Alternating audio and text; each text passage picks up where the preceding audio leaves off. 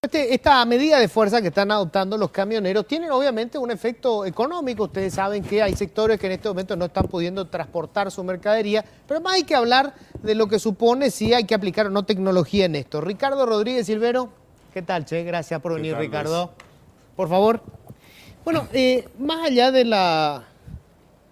del reclamo que están haciendo los camioneros, Ricardo, ¿esto puede llegar a tener un impacto, digamos, en la economía global o es una cuestión como muy coyuntural o muy de un sector, digamos? Es muy coyuntural y es muy reciente como para poder sacar pronósticos, pero si se pierde el control de la situación, sí puede perjudicar a varios sectores. Hay que tener en cuenta, eso es bueno aclarar a la teleaudiencia, que hay que distinguir dentro del país a los sectores interesados. Todos tienen derecho a expresar su interés y a manifestar que sean oídos, ¿verdad?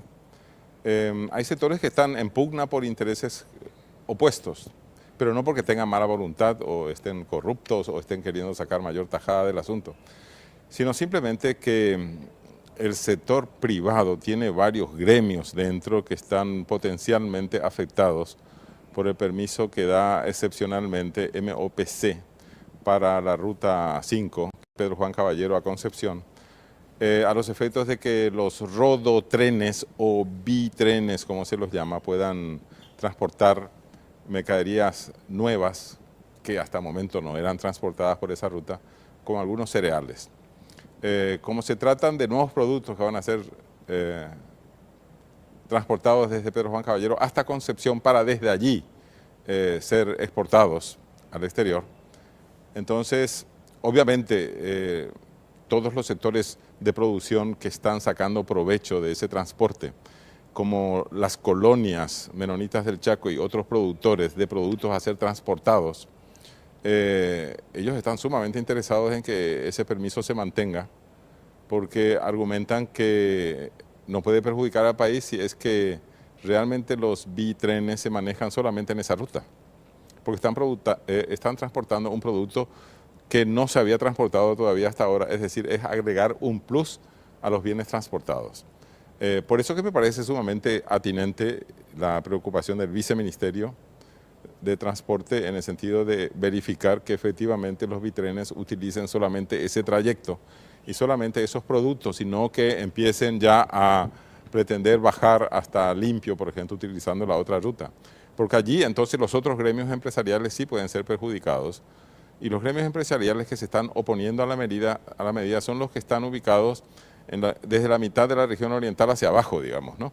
Pero la parte superior, la parte que puede sacar provecho para ese transporte extra de productos desde Brasil hasta el puerto de Concepción para que de allí sean transbordados y sean transportados al exterior, a mí me parece sumamente atendible la decisión del Ministerio de Obras Públicas de Comunicaciones de brindar esa oportunidad para ese transporte adicional. Ahora, para entender esto, Ricardo, estamos hablando de mercadería brasileña que utiliza como puerto de salida Concepción, digamos, utiliza esa ruta. Sí. Y el puerto, que también creo que es una infraestructura nueva la que tiene la ciudad de Concepción. Así es. Para poder transportar, o sea, lo cual, digamos, también revitalizaría una ciudad que hasta el momento no está encontrando, digamos, recursos como Concepción. Y se haría uso de esas instalaciones nuevas del puerto de Concepción, pero aparte de eso la posibilidad de que otros productores paraguayos, que no son solamente cerealeros, estén interesados también en transportar eventualmente otros productos. Eso es cuestión de ir viendo.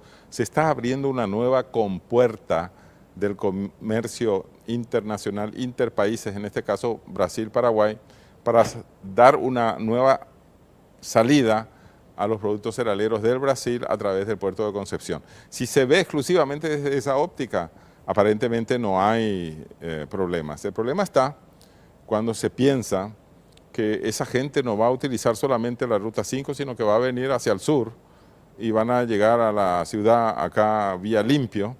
Están preocupados porque pueden también eventualmente aumentar sus servicios de transporte a otros productos y desplazar así a los servicios tradicionales de los camioneros que están trabajando en esta parte, en esta mitad inferior de la región oriental.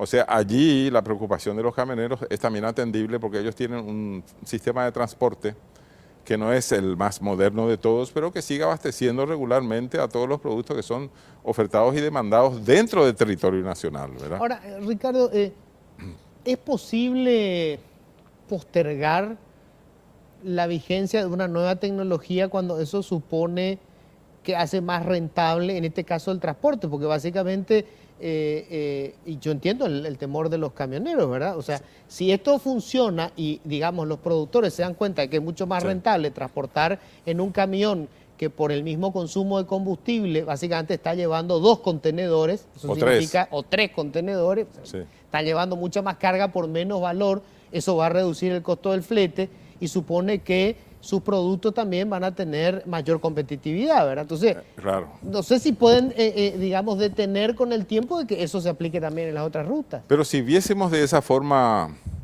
amplia, digamos, incluyendo a todos los sectores interesados y los convocásemos a una mesa de trabajo, que es lo que me parece que no se hizo.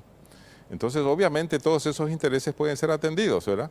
Claro. No está mal el servicio que prestan los camioneros paraguayos de esta parte inferior de la mitad de la región oriental, y yo creo que están haciendo muy buen servicio. No es cuestión de criticar nada allí. Claro. De lo que se trata de ver es, en todo caso, juntar ambos sectores y ver qué se puede hacer para que ambas partes saquen provecho.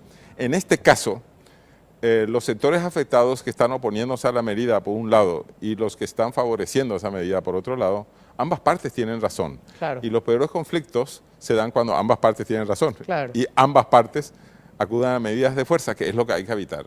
Que es lo que hay que evitar, porque si los camioneros ahora efectivamente bloquean estas rutas que son vitales, no solamente para el comercio, sino para el bienestar de la población. Estamos hablando de transporte de leche, estamos hablando de hidrocarburos. Sí. Es decir, el país no puede moverse sin hidrocarburos. Claro, y las leches, los productos derivados de la leche son muy perecederos, ¿verdad? Tienen apenas 48, 72 horas de aguante si es que no pueden llegar a destino. Claro. Entonces están todos preocupados. En periodo de verano, ¿verdad? Con una temperatura que llega a los 37, 39 grados. Ciertamente, ellos ya llevan incorporados en sus sistemas de transporte también un sistema de congelamiento especial, que no siempre es congelamiento, sino una temperatura adecuada para que aguanten el verano y aparte de eso, el tiempo del transporte. Pero yo creo que esto se soluciona con esa convocatoria a todos los sectores involucrados para hablar de las partes técnicas, porque de repente algunos hablan de aspectos técnicos del transporte que desconocen, ¿verdad? Entonces tocan de oído nada más. Algunos están criticando de que supuestamente los rodotrenes o los bitrenes tienen más peso por metro cuadrado transportando sobre rutas paraguayas y que eso supuestamente va a afectar el asfalto en esas zonas. Yo no sé si esa visión es correcta, porque si uno fuera a relacionar el peso de metro cuadrado de los bitrenes por el peso de metro cuadrado de los camiones, y yo no sé quién estaría mejor o peor ahí. Claro, probablemente los camioneros. La lógica es que la distribución de peso hace que sea menos pesado, digamos. Claro, probablemente sí. Es un representante de los camioneros el que está argumentando, eso se está argumentando como con un tiro en contra, ¿no? Exacto. Es decir, hay que pensarlo bien. La tecnología nueva no merece ser subestimada. Lo que hay que ver en todo caso es cómo podemos nosotros, de la parte inferior de la región oriental, sacar también provecho de esa tecnología y cómo puede el sector de los gremios camioneros que están haciendo muy buen servicio ir adaptándose también a la necesaria modernización en el sistema de transporte. Eso te iba a preguntar, Ricardo, o sea, ¿no sería esto de alguna manera una oportunidad para que, con algún tipo de acuerdo, todos estos sectores puedan ir modernizando su servicio, inclusive con algún apoyo del Estado, ¿verdad? Digamos, si lo hicimos con los empresarios del transporte de pasajeros y solamente en Asunción, con un subsidio incluido para que ellos puedan renovar sus unidades, ¿por qué no podemos plantear una solución de ese tipo para los camioneros? Bueno, en ese caso particular yo no estaría hablando de ampliar ese sistema anómalo de subvenciones. No necesariamente, sí, pero el financiamiento. Digamos. Pero lo que sí es importante es que se junten todos los sectores y que vean la articulación de intereses comunes porque los tienen, ¿verdad? Aquí de lo que se trata es no impedir un nuevo sistema de transporte del Brasil para utilizar las instalaciones portuarias de Concepción, posibilitando además que otros sectores que estaban semi-abandonados hasta ahora puedan llegar más fácilmente y más barato a destino. Eso también puede involucrar a los camioneros de la mitad inferior de la región oriental que están haciendo muy buen trabajo, pero lo que es bueno siempre puede mejorar, ¿verdad? Claro, este tema, digamos, no es un tema menor si consideramos que somos un país mediterráneo. O sea, el tema del transporte y el flete es un tema vital para la fijación de precios. Efectivamente, así mismo es. Ricardo, no puedo dejar de preguntarte, ya que estamos, ¿verdad? Sí. bueno, más allá de este problema que, como decíamos, es coyuntural y afecta a determinados sectores, hay que ver cómo se soluciona esto. ¿Cómo ves este año 2018 en términos económicos? Desde el punto de vista macroeconómico, de bien a muy bien, si es que se toma como criterios el crecimiento económico, la estabilidad monetaria, la previsibilidad del tipo de cambio y un acceso a crédito cada vez más amplio y cada vez más barato. Desde ese punto de vista, Paraguay está realmente entre los mejor posicionados en América Latina. No es el mejor, ni el segundo mejor, ni el tercer mejor. Tampoco hay que ser demasiado triunfalista como algún ministro, ya se le va de la mano Claro. el exitismo y quiere presentarnos como si fuéramos el mejor de Sudamérica, ese tipo de cosas. Eso no, definitivamente. Pero que estamos bien posicionados, sí. Desde el punto de vista macroeconómico, desde el punto de vista microeconómico, que es ya Don Juan Pueblo, sí, el almacén de Don Manolo, las despensas y también los mercados callejeros y los antiguos supermercados, o sea, no los hiper, claro, ni no los cadena, shoppings, sí. Bueno, esa gente está teniendo sus dificultades, sobre todo en materia de asistencia técnica y crediticia, y en especial, acá quiero poner los reflectores, los microproductores rurales y los microempresarios urbanos están literalmente abandonados a su suerte. La mayoría de ellos no tienen acceso al crédito, en parte porque también trabajan informalmente, ¿verdad? Pero tampoco tienen asistencia técnica. Entonces, como allí está el sector multitudinario del aparato productivo del país en las microunidades de producción, tanto en el campo como en las ciudades, a esa gente no le está yendo bien. De forma que si hablamos de microeconomía y digamos que la situación va de regular nomás para bien, pero si hablamos de cuestiones sociales, Luis Vareiro, ahí sí hay que poner la lupa en la gente que vive en la miseria. Son 500.000 de habitantes que no tienen lo suficiente para comer diariamente en tiempos de sequía y en tiempos normales de corrientes, de arroyos y ríos. Y si estamos en épocas de inundación, ese número sube a 100 o 200.000 personas más. Para un país que tiene apenas 7 millones de habitantes es lamentable tener que decir que tanta cantidad de gente no tenga ni siquiera techo, no tenga dónde vivir, no tenga dónde hacer pipí, no tenga dónde hacer cacá. Vamos a hablar en términos bien concretos. Las necesidades son elementales ahí, eso no podemos tolerar nosotros. Somos uno de los países que alimentan al mundo. Algunos exagerados dicen que alimentamos a 60 millones de personas. Parece que son solamente 30 millones, pero igual de 30 millones fuera del país. Claro. Y acá nosotros hablamos de 500.000 que no tienen posibilidad ninguna de salir adelante.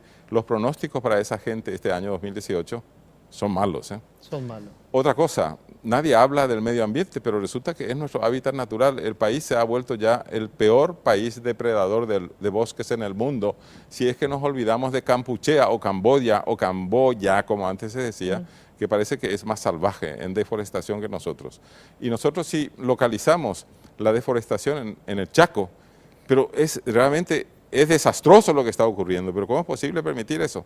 Me decía un líder menonita muy conocido, también a nivel nacional, que ellos también están en contra de todo lo que deforesta masivamente en el Chaco y que lo que les preocupa es que no haya ninguna autoridad que ponga freno a eso.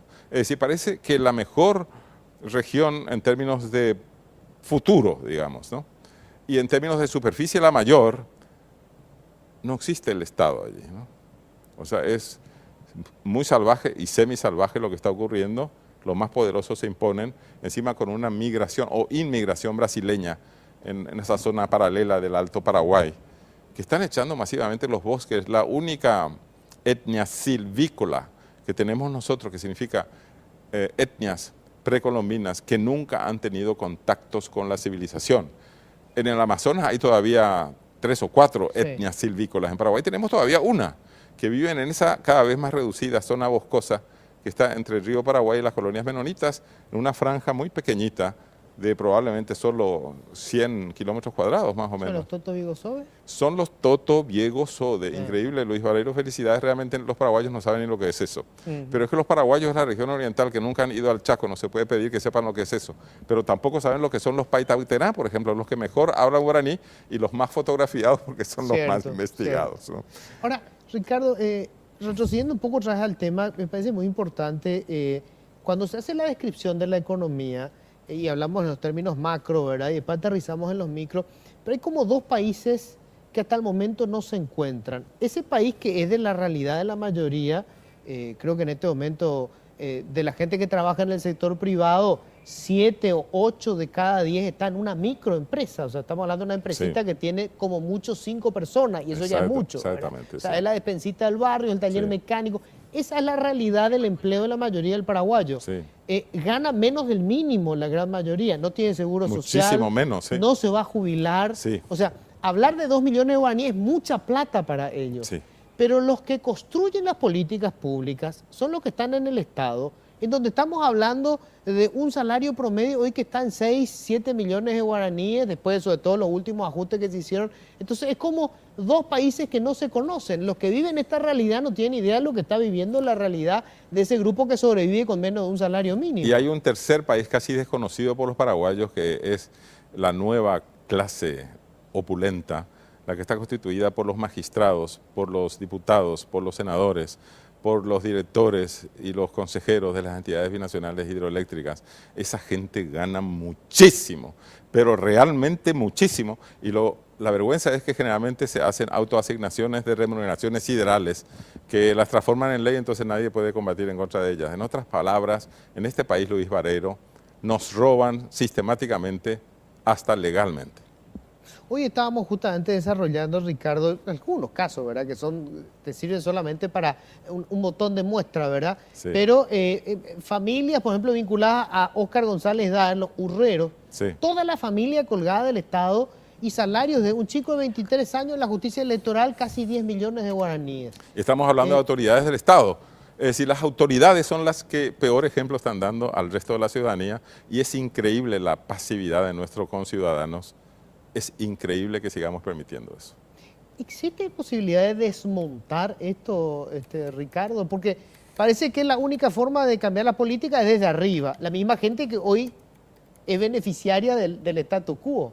Efectivamente, solamente que hay una minoría selecta que, para hablar en sentido figurado, como dicen algunos radialistas, es una inmensa minoría, nada subestimable, por cierto.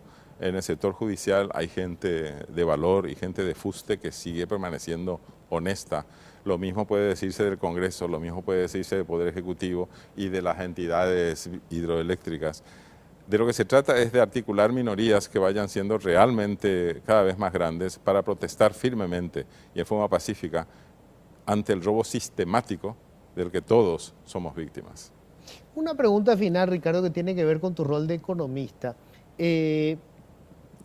A mí me tocó vivir, digamos, diferentes momentos de lo que eran las oleadas de teorías económicas desde básicamente los 90, o sea, la ola privatista de los 90, el neoliberalismo, el Pacto de Washington, después tuvimos el desplome de esto, el grupo de, digamos, vino Lula, vinieron algunas reformas sociales que entusiasmaron, otras que aterraron, como lo que sigue pasando en Venezuela. Y hoy hay como, digamos, una mezcla de diferentes teorías, como que hay que reconstruir otra vez. Vos como economista, ¿considerás que hay, digamos, un modelo que es el que se puede considerar, bueno, tiene sus defectos, pero esto sigue siendo, digamos, lo básico para empezar a construir, o hay que improvisar? No, yo creo que el modelo básico consiste en poner mucho énfasis en educación, pero a nivel masivo, porque lo peor es el analfabetismo, que esa gente también vota a la gente, y así tenemos los tipos de gobierno que andamos teniendo en América Latina, no solamente en Paraguay. Y sobre esa base educativa, pero con derecho igualitario para todos, ¿verdad? Ir construyendo paradigmas, ¿verdad? Y hay que ir lentamente, porque en Estado de Derecho, en democracia, solamente las mayorías articulan legitimidad. Entonces nos conviene ir creando mayorías significativas en el sector privado y en el sector público, con la que nosotros podamos articular mayorías también político-partidarias que repercutan luego posteriormente en mayorías legislativas, porque no hay reformas posibles si no se tienen mayorías en el Congreso. Nos duela eso o no, pero sí mayorías en la Cámara de Diputados, y son mayorías a favor en la Cámara de Senadores. No hay nada que hacer en un país como el nuestro. Lo que yo veo es la necesidad de transmitir optimismo, pero moderado, siendo autocríticos también. Algunas cosas podemos hacerlas mejor, y algunas cosas efectivamente se están haciendo mejor. Y otras cosas son intolerablemente injustas, y es allí donde hay que saber protestar, y hay que protestar masivamente. Creo, Luis, que nosotros tenemos en ese sentido un rol importante que cumplir, sobre todo no callarnos y decir las cosas como son, aunque eso signifique de repente alguna represión contraria a nuestros intereses de profesionales, en nuestra libertad de expresión o en nuestras posibilidades de trabajo, ¿verdad? Pero yo creo que vale la pena correr el riesgo. Este país se merece. Ricardo, un placer siempre. Ha sido un gusto, Luis, Gracias. cuando quieras.